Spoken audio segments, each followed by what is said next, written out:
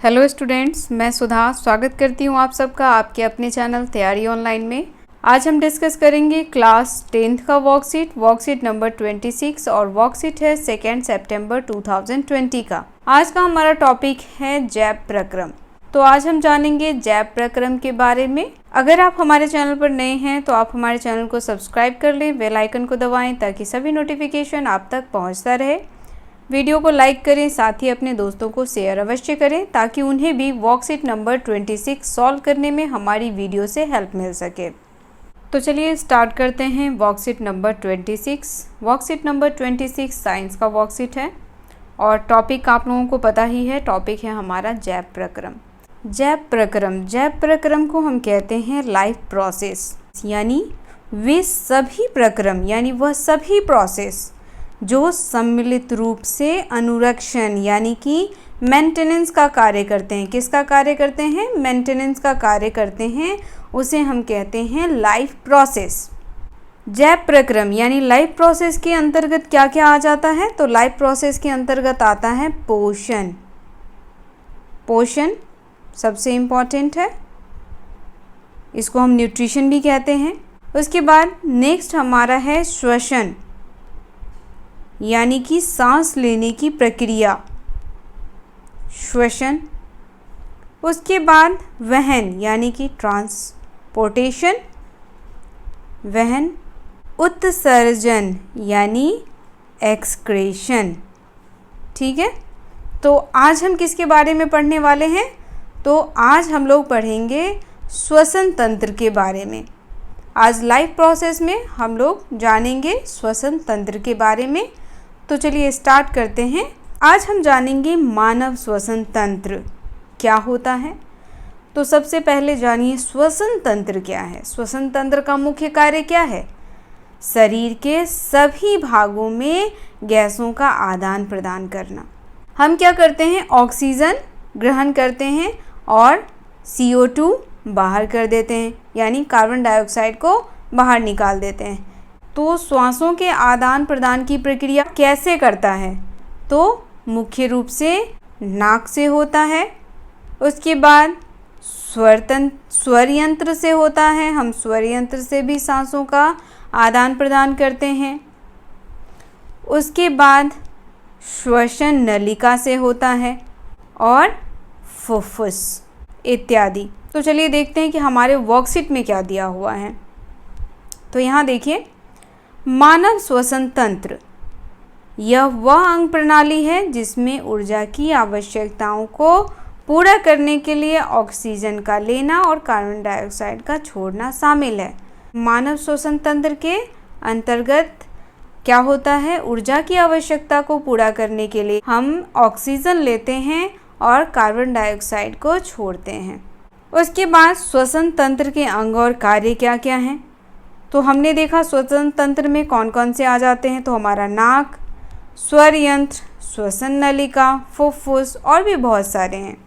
तो सबसे पहले हम जानेंगे किसके बारे में? नाक के बारे में, कि नाक हमारी किस प्रकार मदद करता है श्वासों को लेने और छोड़ने में। बाहरी नथुने का एक जोड़ा होता है। छोटे बालों के रोम नासिका के आंतरिक भाग को ढकते हैं और बाहरी रोगाणुओं से शरीर की रक्षा करते हैं और सांस लेते वक्त हवा को अतिरिक्त आर्द्रता प्रदान करते हैं। तो नाक में क्या होता है? बाहरी नथुनों का एक जोड़ा होता है जिसमें छोटे छोटे बाल होते हैं। वह बाल क्यों होते हैं? तो वह बाल जो है वह हमारी रक्षा करता है। किससे? तो रोगाणुओं से, विषाणुओं से। वह जल्दी हमारे नाक में प्रवेश नहीं करने देता है। जब भी हम सांस लेते हैं नाक के द्वारा, तो जो छोटे छोटे कीटाणु होते हैं वह हमारी नाक में प्रवेश नहीं कर पाते हैं। बालों के द्वारा वह बाहर ही रोक दिए जाते हैं, यानी बाल जो है वह सुरक्षा गार्ड का काम करता है। इसीलिए हमें हमेशा नाक से ही सांस लेना चाहिए, कभी भी मुंह से सांस नहीं लेना चाहिए, क्योंकि मुंह से सांस लेने के दौरान क्या होता है कि बहुत सारे धूल कण, कीटाणु, रोगाणु यह सभी हमारे शरीर में प्रवेश कर जाते हैं और हम बीमार हो जाते हैं। इसीलिए हमें हमेशा नाक से ही सांस लेना चाहिए। और यहाँ इमेज भी देखिएगा, नासा द्वार यहाँ पे दिया हुआ है, ये हमारा नासा द्वार है यानी नाक का द्वार है जहाँ से हम सांस लेते और छोड़ते हैं। दूसरा हमारा है स्वर यंत्र। इसे एडम एप्पल या वॉइस बॉक्स भी कहा जाता है। हमारे स्वर यंत्र को क्या कहा जाता है? एडम एप्पल या वॉइस बॉक्स। जो भी आवाज़ें हमारी निकलती हैं तो वह कहाँ से निकलती हैं? स्वर यंत्र से निकलती हैं, इसीलिए इसे एडम एप्पल या वॉइस बॉक्स भी कहा जाता है। यह वह हिस्सा है जो खाद्य कणों को निगलने के दौरान उठता और गिरता है। यह और किस चीज़ में हमारी मदद करता है? तो जब भी हम भोजन करते हैं, खाना खाते हैं, तो वह खाद्य पदार्थों को निगलने में हमारी मदद करता है। उसके दौरान वह उठता और गिरता रहता है। जब भी हम निगलते हैं तो वह उठ जाता है, और जब भी हम निगलना बंद कर देते हैं तो वह स्वतः ही गिर जाता है। तो यह काम किसका है? स्वर यंत्र का। तीसरा हमारा है ग्रसनी। नाक कक्ष ग्रसनी के ऊपर से एक विस्तृत खोखले स्थान में खुलता है। यह हवा और भोजन दोनों के लिए एक आम रास्ता है। यानी यहाँ देखिए, ये ग्रसनी है, ग्रसनी से हवा भी जाता है और भोजन भी जाता है। यह खाद्य कणों को वायु नली में प्रवेश होने से रोकने का कार्य करता है। उपकंठ एक लोचदार उपास्थित है जो सरयंत्र और अन्न की नली के बीच एक स्विच के रूप में कार्य करता है। तो यहाँ देखिए, ग्रसनी जो है वह नाक कक्ष ग्रसनी के रूप में एक विस्तृत खोखला स्थान है। ठीक है। हवा और भोजन दोनों के लिए एक ही रास्ता है। उसी रास्ते से हवा भी जाता है और उसी रास्ते से भोजन भी जाता है। और यह क्या करता है? खाद्य कणों को वायु नली में जाने से रोकने का कार्य करता है। कौन? तो ग्रसनी। ग्रसनी क्या कार्य करता है? खाद्य पदार्थों को वायु नली में जाने से रोकता है। उपकंठ, देखिए यहाँ पर एक उपकंठ होता है जो क्या करता है? स्वर यंत्र और अन्न की नली के बीच में एक स्विच का काम करता है। यानी अगर हवा जा रही है तो अन्न के लिए वह स्विच बंद रहता है, अगर अन्न जा रहा है तो स्वर यंत्र के लिए वह स्विच बंद हो जाता है। यानी जैसे हम लाइट को ऑफ ऑन करने के लिए स्विच लगाते हैं, उसी प्रकार से यहाँ भी एक स्विच का काम करता है। क्या?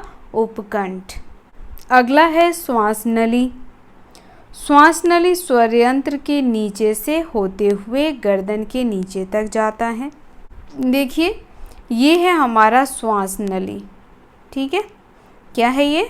श्वास नली है जो स्वर यंत्र, यहाँ पे तो स्वर यंत्र था, स्वर यंत्र से होते हुए यह नीचे जाता है। वायु नली की दीवार सी आकार की उपास्थि से बनी होती है जो इसे चिपकने से बचाती है। तो यहाँ देखिए, ध्यान से इस पिक्चर को देखिए, इस इमेज को देखेंगे तो आपको समझ में आएगा। यहाँ देखिए, ये हमारा क्या है? ये हमारा उपकंठ है। ठीक है, उपकंठ क्या काम करता है? उपकंठ एक लोचदार उपास्थि है जो क्या करता है? स्वर यंत्र और अन्न की नली के बीच में स्विच का काम करता है। ठीक है, और यहाँ देखिए, ये है हमारा श्वसन नलिका जिससे हमारी सांस फेफड़ों तक पहुँचती है। वायु नली की दीवार जो है वह किस आकार की है? तो वह सी आकार की उपास्थि में बनी हुई है। इस आकार को ध्यान से देखिए, ये कैसा दिख रहा है? तो ये दिख रहा है सी आकार का। यहाँ देखिए, इस इमेज को ध्यान से देखिए, सी आकार का ये दिख रहा है जिससे हमारी श्वसन नलिका जो है वह चिपकी हुई होती है।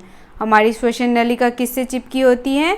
हमारी श्वसन नलिका सी आकार की उपास्थि से चिपकी होती है। उसके बाद है श्वसनी।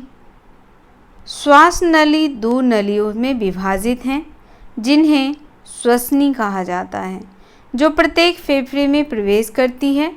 श्वसनी द्वितीय एवं तृतीय श्रेणी और बाद में श्वसन नलिकाओं में विभाजित होती है।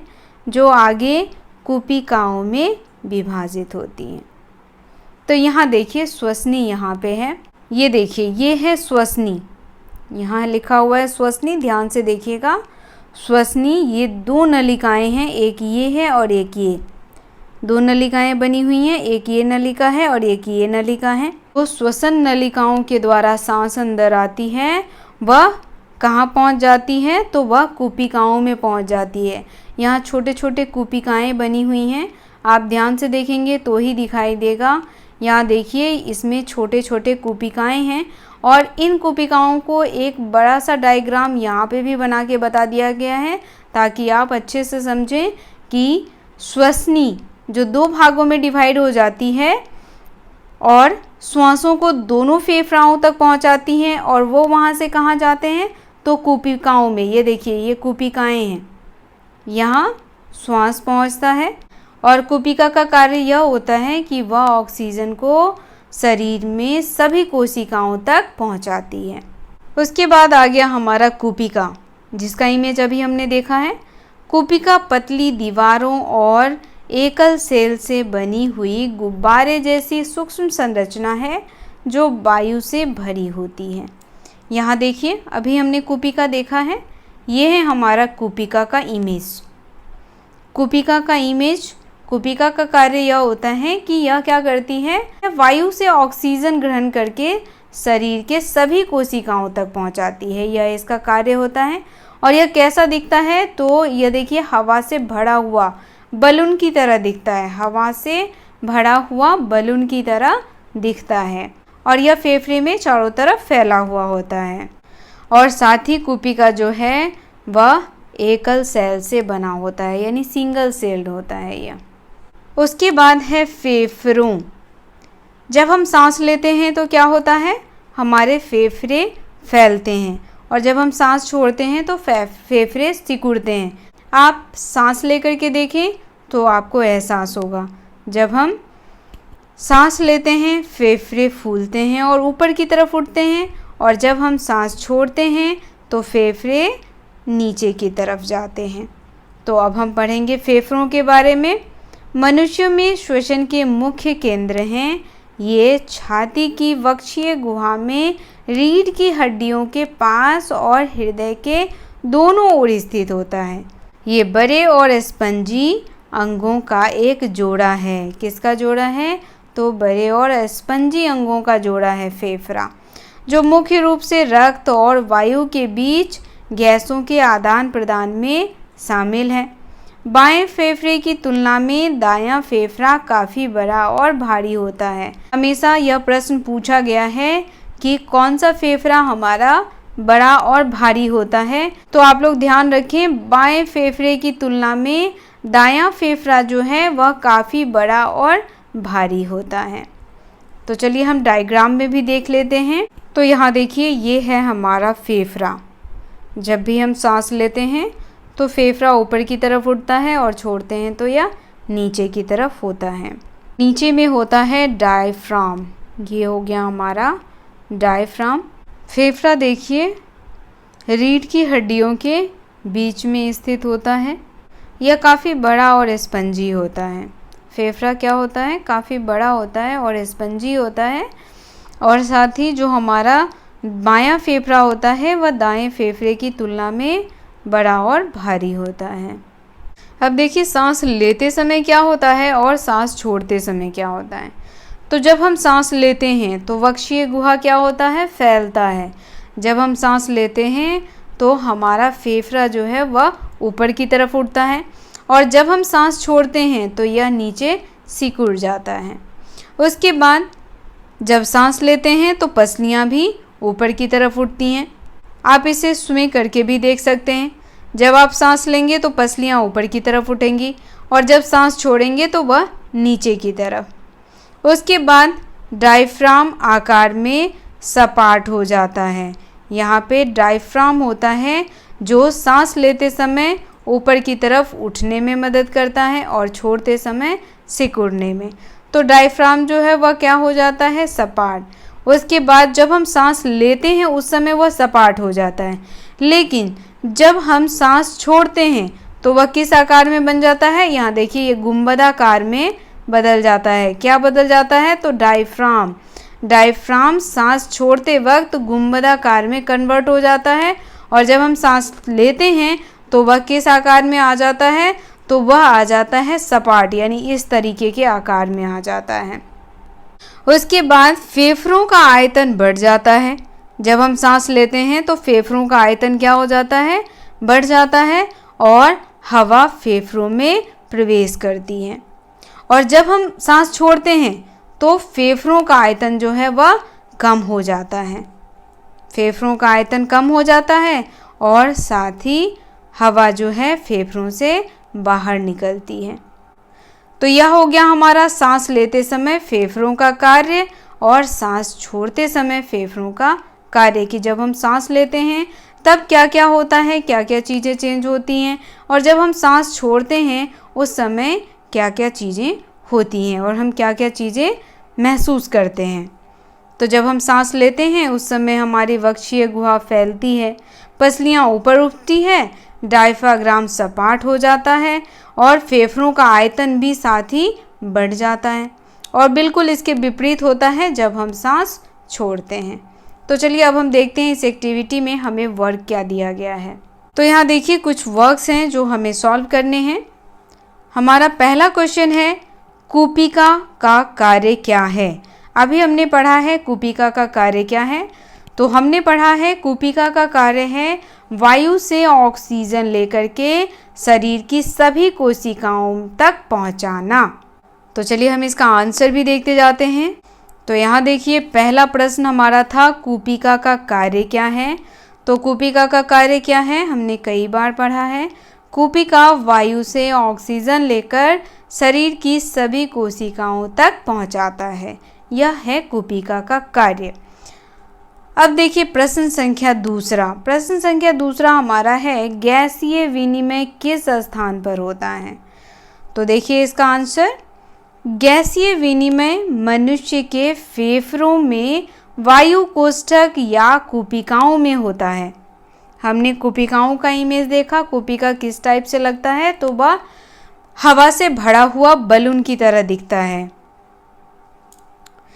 इसकी पतली भित्ति में रक्त कोशिकाओं का घना जाल फैला होता है। अगला प्रश्न हमारा है सांस लेने और सांस छोड़ने की प्रक्रिया के बीच अंतर स्पष्ट कीजिए। तो चलिए इसका भी आंसर देख लेते हैं। तो इसका आंसर हो जाएगा सांस लेते समय और सांस छोड़ते समय क्या अंतर है वह देखिए। तो जब हम सांस लेते हैं तो वक्षीय गुहा फैलती है और जब हम सांस छोड़ते हैं तो वक्षीय गुहा सिकुड़ जाती है।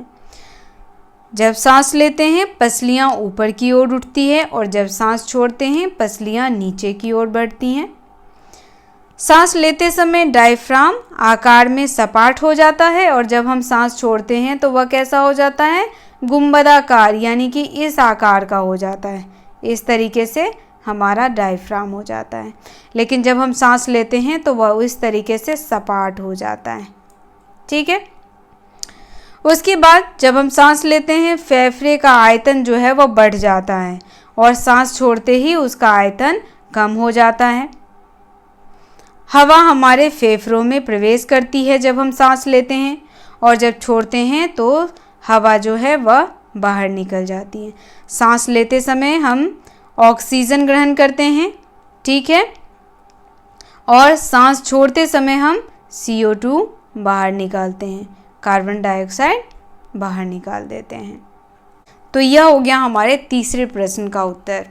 अब देखिए चौथा प्रश्न। चौथा प्रश्न हमारा है मानव श्वसन प्रणाली का नामांकित चित्र बनाइए। हमें क्या करना है, मानव श्वसन प्रणाली का एक चित्र बनाना है। तो आप सब भी मानव श्वसन प्रणाली का एक चित्र बना करके और साथ ही उसका नाम भी लिखना है, नामांकित चित्र बनाना है। बना करके हमें कमेंट में बताइए कि आपने कैसा चित्र बनाया। चलिए मैं आपको दिखाती हूँ मैंने कैसा चित्र बनाया है। प्रश्न संख्या 4, मानव श्वसन प्रणाली का नामांकित चित्र बनाइए। तो हमने यहाँ पे मानव श्वसन प्रणाली का एक चित्र बनाया है जिसमें हमने सबका नाम भी दिया है, क्योंकि यहाँ पे हमें कह रहा है नामांकित चित्र बनाना है। कैसा चित्र बनाना है, नामांकित, यानी नाम होना चाहिए उसमें। तो यहाँ देखिए सबसे पहले हो गया, ये हो गया एपिग्लोटिस, इसको हम क्या कहेंगे, एपिग्लोटिस, ये हमारा एपिग्लोटिस है। उसके बाद कंठ, उसके बाद श्वसन नली, ये है हमारा श्वसन नली, और श्वसन नली में ही और क्या आ जाता है, तो श्वसन नली में हमने देखा था कि उपास्थित वलय, इसे हम कहते हैं उपास्थि वलय, जो सी आकार का होता है। ध्यान रखिएगा, उपास्थि वलय किस आकार का होता है, सी आकार का होता है। उसके बाद फुफ्फुसा वर्णी झिल्ली, कूपिका, कूपिका ये छोटे छोटे हवा से भरे हुए बलून तरह से दिखने वाले, यह सभी कहलाते हैं कूपिका।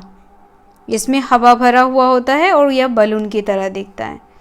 उसके बाद फुफ्फुस वर्णी द्रव्य, श्वसनी, फेफड़ा और डायफ्राम, ये है हमारा डायफ्राम। डायफ्राम जब हम सांस लेते हैं तो यह सपाट हो जाता है और जैसे ही हम सांस छोड़ते हैं वह गुंबदाकार का हो जाता है, इस तरीके से। ठीक है, ध्यान रखिएगा।